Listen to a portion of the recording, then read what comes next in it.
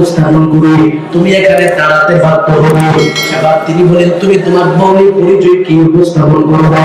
বলে, আমি দুনিয়ার সাধারণ কোনো মানুষ হিসাবে আপনার সম্পর্কে আগমন করি নাই, আমি আমার রবের পক্ষ থেকে মালাকুল মউত ফেরেশতা।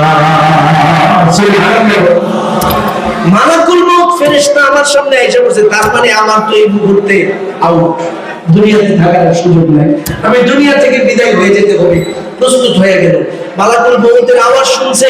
এবার তিনি সিদ্ধান্ত নিলেন, আমি তো এখন মরতে হবে, মরার জন্য প্রস্তুতি নিতে হবে। মালাকুল মউতের সামনে তিনি দাঁড়ায় গেলেন, ডেকে ডেকে বলেন, ও মালাকুল মউত, আমার স্পষ্ট বিশ্বাস আছে যখন আপনি কারোর স্বপ্নে এসে জানিয়ে যান ওই ব্যক্তিটা দুনিয়া থেকে বিদায় হওয়া নিশ্চিত হয়ে যায়। এই মুহূর্তে আমি স্পষ্ট হয়ে গেলাম আপনি আমাকে এই মুহূর্তে দুনিয়া থেকে উঠায় দেওয়ার জন্য আগমন করছেন। আল্লাহর বান্দাটা মালাকুল মউতের দিকে তাকাইয়া বলে, ও মালাকুল মউত, তবে আপনার কাছে আমি অল্প কিছু সময় চাইতেছি, আপনি আমার কাঁধের দিকে তাকায় দিন। এই যে আমি আমার মালিকের মহাব্বতে সবসময় একটা রুমাল রাখি, রুমালটা বড় পবিত্র, আমি যখন বাড়ি থেকে বের হয় পবিত্র অবস্থায় বের হয়, উযু অবস্থায় বের হয়।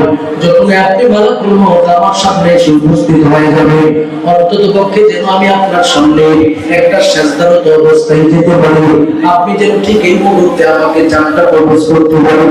এরে ভাই মালাকুল মউত, আমি পবিত্র হালাতে আছি, আপনি আমাকে একটা সিজদা দেওয়ার সুযোগ দিন, যেন আমি আমার মালিকের দরবারে সিজদারত অবস্থায় দাঁড়াতে পারি। মালাকুল মউত এবার দেখে দেখে বলে, রে আল্লাহর মহাবুদ্ধির বান্দা, আমি তোমার সামনে তোমার জান কবজ করার জন্য আগমন করি না। কেন আগমন করছো? বলে, আমি আগমন করেছি আমি যখন আকাশে সফর করতেছিলাম, রহমতের ফেরেশতাদের মধ্যে তোমার আলোচনা চলতেছিল, সবাই তোমাকে দিল খুলে মহব্বত করে, আমার আল্লাহ তোমাকে দিল খুলে মহব্বত করে বান্দা কেন মহব্বত করে তার মৌলিক রহস্যটা দেওয়ার জন্য আগমন করেছিলাম। এই মুহূর্তে তোমার জীবনের মধ্যে যে আগুন দেখতে পাই, নিজের জীবনটাকে জীবনে কখনো তুমি অপবিত্র হারাতে রাখো না। আমি মালাকুল মউতের পক্ষ থেকে তোমার সামনে স্পষ্ট করে দিলাম, যেভাবে পবিত্র হালাতে রাখো, যেভাবে নেককার অবস্থায় রাখো, নিজেকে সব সময় আল্লাহর দরবারে পবিত্র অবস্থায় রাখো, এভাবে যদি সারাটা জীবন তুমি থাকতে পারো, আমি মালাকুল মউত সামনে যখন আগমন করব, খালি হাতে আগমন করব না, আল্লাহ জান্নাতের কামরাটা নিয়ে তোমার সামনে উপস্থিত হয়ে যাবে। জবানটা খুলে আওয়াজ দিয়ে বললাম, আল্লাহু আকবার।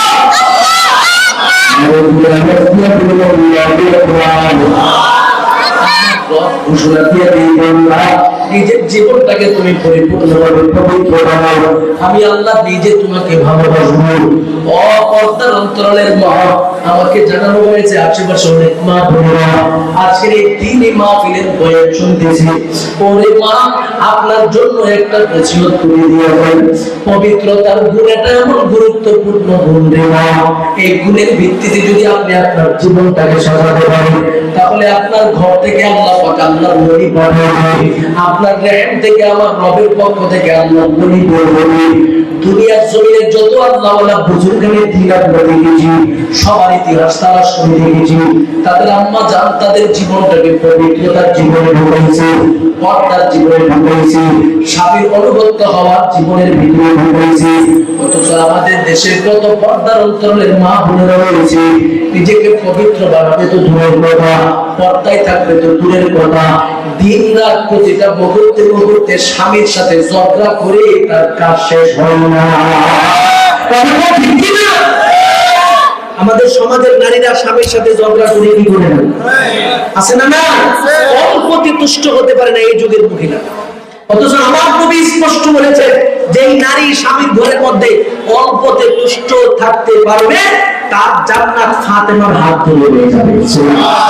কারণ ফাতেমাতুজ জাহরার মতো আমার নবীর কলিজার টুকরা কন্যা, তাকে আল্লাহ পাক জান্নাতের সর্দারনী হিসেবে কবুল করে নিয়েছেন। সুবহানাল্লাহ। এমনি কবুল হয়েছে, স্বামীর ঘরে কষ্টের পর কষ্ট করেছেন, কষ্টের পর কষ্ট তিনি সহ্য করেছেন। একদিন আমার নবী রহমতে আলম নবী রাস্তা দিয়ে হাইটে যাইতেছে, যাওয়ার পথে হঠাৎ করে সিদ্ধান্ত নিলেন ফাতেমার বাড়ি দিয়ে আমি যাবো, আর ফাতেমাকে দেখে যাবো না, এটা কখনো হতে পারে না। আমার নবী রহমতে আলম নবী ফাতেমাকে জাহরার দরওয়াজার সম্মুখে দাঁড়ালেন, ডেকে ডেকে বলেন, ফাতেমা তোমার মহাব্বতের আব্বাজান তোমার বাড়িতে উপস্থিত হওয়া, দরওয়াজাটা খুলো, তোমার বাবা তোমার সাথে সাক্ষাতের জন্য আগমন করেছে। ঘর থেকে কোনো জবাব নাই। আমার নবী বারবার ডাকে, ঘর থেকে কোনো জবাব আসে না। নবী আমার মনে মনে ভাবতেছে ফাতেমার ঘরে অনেকদিন পর্যন্ত আসি না, যার কারণে ফাতেমা তার দিনের ভিতরে মনে হয় অভিমান নিছে, কষ্ট হয়েছে। ও ফাতেমা রে, তোমার বাবার উপরে কি তুমি কষ্ট নিয়ে বসে আছো? ফাতেমা আবার বাবার কান্নার শব্দটা শুনে ঘর থেকে আওয়াজ দিল, ও কলিজার টুকরা বাবা, এমন স্বামীর ঘরের মধ্যে আমি অবস্থান করতেছি, আমার কলিজার টুকরার স্বামী আমাকে পরিপূর্ণভাবে কাপড় দিতে পারে না, যে কাপড়টা পরিধান করে আপনি বাবার সামনে আমি সুন্দরভাবে দাঁড়াতে পারবো, অর্থাৎ আমার শরীরের মধ্যে পর্যাপ্ত পরিমাণ কাপড় নাই, যে কাপড় পরিধান করে আপনার সামনে উপস্থিত হতে পারবো। কথাটা শোনার সাথে সাথে আমার নবীজি যেইভাবে হোক একটা চাদর ফাতেমার দিকে ছুঁড়ে মারলেন। ফাতেমা আবার চাদরটা ধরে আমার নবী রহমতে আলম নবীর সামনে দাঁড়ালেন। নবী আমার ফাতেমার চেহারার দিকে তাকায় চোখের পানিগুলো টপটপ করেছে। ফাতেমা বলে, বাবা গো, এই ঘরের মধ্যে এতদিন পর্যন্ত আছি, 3টা দিন চলে গেল, ঘরের মধ্যে কোনো খাবার নাই। ফাতেমার কান্না দেখতে যে আমার নবীজিও মায়ের সন্তানের কান্না নিজেও কান্না করতেছে। হঠাৎ করে হাসান হুসাইন আমার নবীর দরবারে উপস্থিত হলেন। নবী আমার হাসান হুসাইনের সামনে দাঁড়ানোর সাথে সাথে হাসান হুসাইন আবার ফুপায় ফুপায় কান্দে বলে দাঁড়ালো, এমন এক সময়ের মধ্যে আমাদের জীবন চলতেছে, 3টা দিন পর্যন্ত ঘরের মধ্যে কোনো খাবার নাই, ওখানে না কেমনে সহ্য করবো একটু বলো। আমার নবী দেখে দেখে বলেন,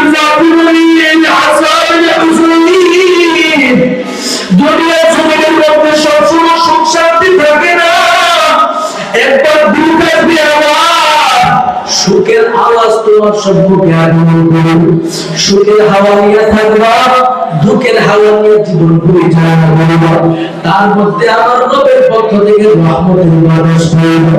তোমরা এই মুহূর্তে যদি স্বামীর ঘরের মধ্যে ধৈর্যশীল হও, ওরে নাতি হাসান হুসাইন, তোমরা যদি তোমাদের বাবার ঘরে সফল হতে পারো, আমার রবের পক্ষ থেকে তোমাদেরকে কবুল করে নেবে। ফাতেমাকে আবার নবীজি নসিহত করে দেওয়া। ফাতেমা আবার অল্পতে তুষ্টি হইয়া স্বামীর ঘরে জীবন চলতেছে। হঠাৎ করে আমার নবীজি আলী রাদিয়াল্লাহু তাআলা ঢুকে ডাক দেন, ডেকে ডেকে বলেন, আলী রে, তোমার কলিজার টুকরা বিবির উপরে আমার আল্লাহ পাক অল্পতে তুষ্টি হওয়ার কারণে এমন ভাবে সন্তুষ্ট হয়ে গেছে, যার কারণে আমার রবের পক্ষ থেকে ঘোষণা প্রদান করে দেয়, ওয়া ফাতিমাতু সাইয়্যিদাতু নিসাই আহলিল জান্নাহ, ফাতেমাকে আমার রবের পক্ষ থেকে জান্নাতের সমস্ত নারীদের সর্দারদের হিসেবে কবুল করে নিয়েছে। জবানটা খুলে বলুন, আল্লাহু আকবার। ওরে মা, আমি আমার পর্দার অন্তরের মা বোনদের কাছে নসিহত করতে চাই, মাগো, দুনিয়াতে কতদিন বাঁচবেন আপনি জানেন না। ফাতেমার জীবনটা একটু ফ্যামিলির ভিতরে ঢুকায় দেখেন, আমার মালিক আপনার ফ্যামিলিটাকে জান্নাতের বাগান বানায় দিবে। সুবহানাল্লাহ। আজকে মা বোনেরা বুঝে না, এজন্য মা বোনদেরকে বলবো, নসিহত করবো, নিজেকে পবিত্র বানান, দ্বীনওয়ালা বানান, ইসলামের উপরে পরিপূর্ণভাবে অটল রাখেন। পবিত্রতার জীবনের ভিতরে যত বেশি নিজেকে অটল রাখতে পারবেন, আমি বলবো আপনার ঘর থেকে মহিলাদের চেষ্টি মতো সন্তান জন্মগ্রহণ করবে, আপনার ঘর থেকে শাহজাহান বিয়ামনির মতো সন্তান জন্মগ্রহণ করবে, আপনার ঘর থেকে ইংরেজ বড় বুজুর্গের চিন্তা আগমন করবে, যাদের জবানের তাকবীর ধ্বনি করে গৌরব গোবিন্দের মহাশয় রাজ্যের সেই প্রাসাদ ভেঙে দিয়ে চুরমার হয়েছিল। তাকবীরের ধ্বনি এমন ভাবে তিনি উপস্থাপন করেছিলেন, শাহজালাল রাহমাতুল্লাহ সাথে সাথে বাঁধিয়ে এসে গিয়েছিল। তিনি সাধারণ কোনো মায়ের ঘরে জন্ম হয়নি, বৈদ্যুতিক দৃষ্টি রহমতুল্লাহ জানেন, তিনি যখন রাস্তা দিয়ে হাঁটে থাকতো, হাজার হাজার হিন্দুরা তার হাতে হাত রেখে মুসলমান হয়ে যেত। হিন্দুরা মুসলমান হতো। একদিন তার মায়ের কাছে এসে বলতেছে, মা আমার দিকে তাকাইয়া হাজার হাজার মানুষ মুসলমান হয়ে যায়। মা মুসকি মুসকি হাসে। সন্তান বলে, মা আমি আপনার কাছে জরুরি কথা বললাম আর আপনি মুসকি মুসকি হাসেন, এটাকে সাধারণ বিষয় ভাবতেছে? আমার চেহারার দিকে তাকিয়ে মানুষ মুসলমান হয়। মা বলতেছে, সন্তান এটা তোমার কোনো যোগ্যতা না, এটা হলো আমি মায়ের যোগ্যতা। সুবহানাল্লাহ। হ্যাঁ মুসলিম ভাই সুবহানাল্লাহ। যখন তাকবীর বলেন আল্লাহু আকবার, এটা তোমার যোগ্যতা না, এটা আমি মায়ের যোগ্যতা। কেমনে? মা বলে, সন্তান তাহলে শুনে নাও, তুমি যখন আমি মায়ের রেহেমের ভিতরে চলে গেলাম, সেদিন থেকে আমি মা শিল্পের দুনিয়া আমার কোনো অঙ্গ প্রত্যঙ্গ পৃথিবীর জমিনের কোনো বেড়া দেখতে পাবো না। আমি মা নিজেকে পর্দার ভিতরে ঢোকাইলাম, শুধুমাত্র তার মধ্যেই সীমাবদ্ধ নয়। তুমি সন্তান যখন আমি মায়ের পেটের মধ্যে ছিলাম, আমি ফজরের নামাজ পড়ি, মুসল্লা থেকে উঠি নাই, আমার মালিকের কালাম তেলাওয়াতের মধ্যে মগ্ন ছিলাম। আমি যখন জোহরের নামাজ পড়তাম, তখন আমার মালিকের সেই কালাম নিয়ে ব্যস্ত ছিলাম। আসর পড়েছি, মাগরিব পড়েছি, ইশা পড়েছি, যখন সুযোগ পাইছে আমার মালিকের কালাম নিয়ে আমি ব্যস্ত রয়েছি। ওরে সন্তান, শুধু তার মধ্যেই তো সীমাবদ্ধ নয়। তুমি সন্তান যখন দুনিয়া থেকে দুনিয়ার জমিনের মধ্যে আগমন করলাম, আমি মা তোমাকে লালন পালন শুরু করে দিলাম। লালন পালন করতে করতে করতে করতে করতে করতে যখন ওই তুমি সন্তান, আমি মায়ের কাছ থেকে দুধ পান করার জন্য ইচ্ছা করতাম, কান্নার পর কান্না তুমি করতাম, আমি মার সাথে সাথে তোমাকে দুধ পান করানোর জন্য প্রস্তুত হয়ে যেতাম। একদিন শীতের রজনীর ঘটনাটা ভালো করে শুনে নাও। একদিন আমি মা তাকাই দেখি তুমি প্রস্রাব করে আমি মায়ের গোটা শরীর ভিজাই দিয়েছো। আমি মা বড় অপবিত্র হয়ে গেলাম। প্রস্রাব হওয়ার কারণে তোমার ক্ষুধার যন্ত্রণা বৃদ্ধি পেয়ে গেল। আমি মা এবার সিদ্ধান্ত নিলাম কিভাবে তোমাকে আমি দুধ পান করাবো, কারণ আমার মূলনীতি হলো আমার সন্তানকে কখনো আমি অপবিত্র হাতে দুধ পান করাবো। এই শীতের রজনীর মধ্যে ঠান্ডা পানি দিয়া আমার শরীরটাকে ভালো করে ধৌত করে পবিত্র বানাইয়া তুমি সন্তানের সামনে উপস্থিত হয়ে তোমাকে আমি দুধ পান করাবো। এর সন্তান শুধু তার মধ্যেই তো সীমাবদ্ধ নয়, যত পবিত্রতার গুণ আছে তোমার সন্তানকে আমি পবিত্রতার গুণ শিখাইলাম। তুমি সন্তানকে আমি শিখাইলাম, দিন শিখাইলাম, পবিত্র বানাইলাম। তুমি সন্তানকে আমার নবীর আদর্শের ভিত্তিতে জীবন চালানোর ব্যবস্থা করলাম। ছোট থেকেই যে প্রভাবের উপরে তুমি বড় হয়, যার কারণে আমার রবের পক্ষ থেকে তোমার উপরে এমন একটা প্রভাব পড়ে গেল। আমার আল্লাহ পাক তোমার চেহারার মধ্যে এমন একটা আকর্ষণ জাগ্রত করে দিয়েছে, এই চেহারার দিকে তাকাইয়া হাজার হাজার হিন্দুরা মুসলমান হওয়ার জন্য প্রস্তুত হয়ে যায়। সুবহানাল্লাহ। মঈনুদ্দিন চিশতি এমনিতেই মায়ের ঘর থেকে মঈনুদ্দিন চিশতি হয় নাই, মা নিজের পবিত্র বানাইছে, সন্তানকে পবিত্র হালাতে জীবন পরিচালনা করার রাস্তা দেখাইছে, সন্তানকে নেককার বানানোর সকল রাস্তা দেখাইছে। মুন্সিপাড়া মাদ্রাসার মতো কত মাদ্রাসা ওই সময় ছিল, সেই জাতীয় দ্বীনি প্রতিষ্ঠানের পড়ায়া সন্তানকে নেককার বানাইছে। মাও নেককার ছিল, সন্তানও নেককার ছিল। তার পরিবর্তে এমন একটা সন্তান দুনিয়াতে আগমন করেছে, যে সন্তানকে আজকে ওয়াজ মাহফিলেও মানুষেরা স্মরণ করে থাকে, সম্মানের সাথে স্মরণ করে। যখনই তার নাম নেওয়া হয় রহমতুল্লাহ আলাই বলে, মানে আল্লাহ তার উপরে রহম বর্ষণ করুক, প্রতিটা মানুষ তার জন্য এইভাবে দোয়া করে থাকে। তার মানে বোঝা গেল, আপনি যদি বুজুর্গ সন্তানের মা হয়ে হতে চান, আমি বলবো ভাবে নিজেকে পবিত্র বানান। পবিত্রতার জীবনের ভিতরে যদি আপনি বলতে পারেন, আপনি আল্লাহর মা হবে, নেককারের মা হবে। আর একটা নেককার সন্তানকে যদি আপনি দুনিয়াতে রেখে দিয়ে যান, আমার মনে হয় ইজা মাতা বনিনাতাম ইনকাতা আহলাহু ইল্লা বিল সালাস মিন সাদাকাতিন জারিয়া আও ইলমিন ইয়ানতাফিউ বিহি আও ওয়ালাদিন সালিহিন ইয়াদউ লাহু।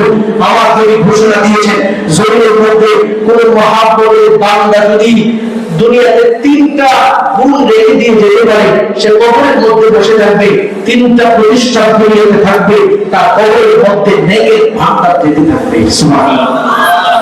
তাহলে এই তিনটা প্রতিষ্ঠান কি হতে পারে? এক নাম্বার মিন সাদাকাতিন জারিয়া, মুমিন বান্দা যদি সমাজে সদকায়ে জারিয়া রেখে দিয়ে যেতে পারে, এই সদকায়ে জারিয়া প্রতিষ্ঠানগুলি যতদিন থাকবে, যেমন মুন্সিপাড়া মাদ্রাসার মতো একটা মাদ্রাসা আপনি রেখে দিয়ে গেলেন, একটা মসজিদ রেখে দিয়ে গেলেন, আমি তো বলবো এই মাদ্রাসা যিনি প্রতিষ্ঠাতা ছিলেন, এই যে মানুষগুলি প্রতিষ্ঠা করে সহযোগিতা করতে করতে দুনিয়া থেকে বিদায় হয়েছেন, তাদের কবরটাকে আল্লাহ পাক জান্নাতের বাগানে রূপান্তরিত করে দিয়েছেন। সুবহানাল্লাহ। কেমনে দিয়েছে? আমি বলি, আমার নবী বলেন, যে মানুষটা তার দান করতে করতে একটা মাদ্রাসা, একটা মসজিদ, একটা জনকল্যাণমূলক প্রতিষ্ঠান সে তৈরি করে দিয়ে গেল, সেটা থেকে মানুষ যতদিন পর্যন্ত উপকৃত হবে, ব্যক্তিটা কবরে পড়ে থাকবে, তার আমলনামার মধ্যে সওয়াবের ভান্ডার যেতে থাকবে। তাহলে বলেন, যারা মাদ্রাসা দিয়ে গেছে তারা কি দুর্ভাগ্যবান হয়েছে নাকি সৌভাগ্যবান? আমার নবী বলছেন, এটা মিন সাদাকাতিন জারিয়া, তুমি সদকায়ে জারিয়া রেখে দিয়ে যাইবা, তোমার কবরে সওয়াবের ভান্ডার যাবে। আজকে আমি শুনেছি মুন্সিপাড়া মাদ্রাসার মধ্যে প্রায় 800 ছাত্রের মতো ভর্তি হয়েছিল, এ পর্যন্ত মনে হয় 750 মতো ছাত্র আছে।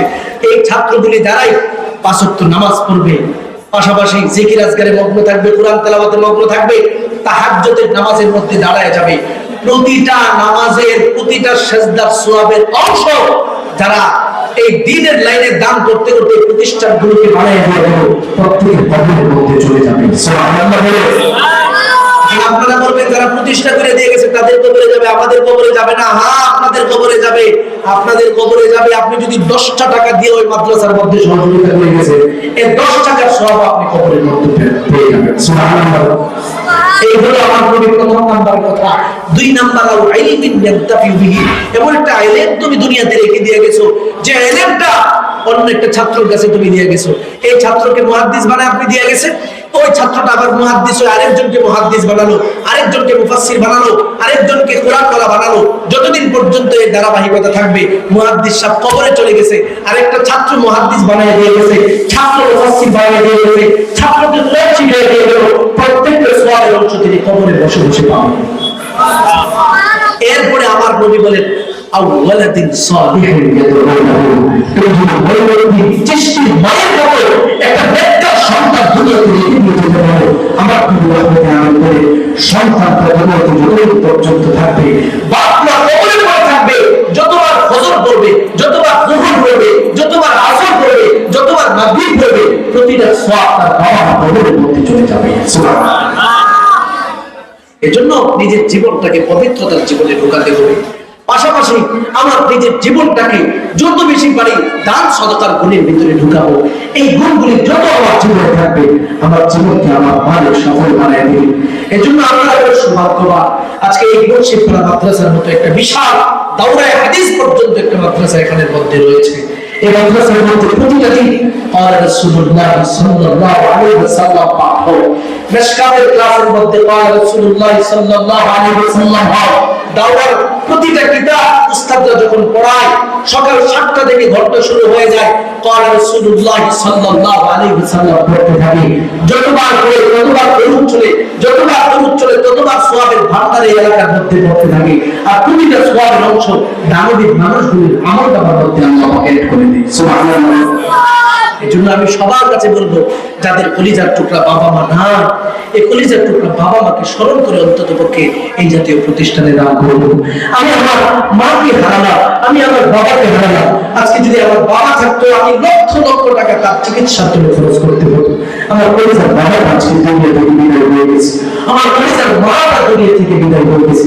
আমার এই মাকে, আমার বাবাকে দুনিয়াতে রাখলে আমি অনেক খরচ করতাম, আজকে তারা তো নাই। আমি তাদের জন্য মাদ্রাসায় 5,000, 10,000, 20,000, 1 লাখ, যার যতটুকু সক্ষমতা আছে আমি আমার বাবার পক্ষ থেকে দিলাম।